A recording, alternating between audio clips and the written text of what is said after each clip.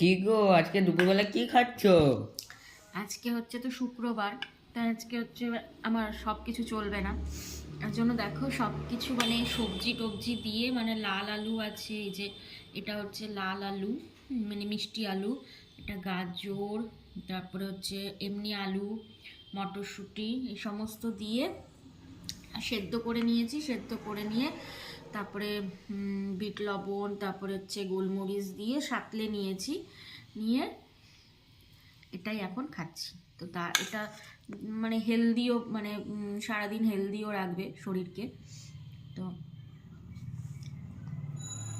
আর টেস্টটাও দারুণ।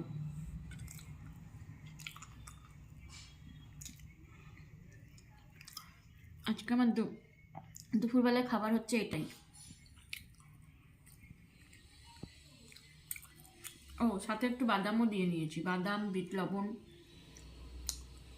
এই যে বাদাম।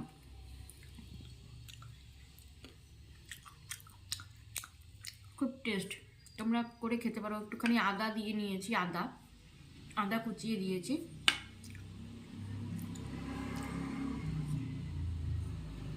চলো, টাটা।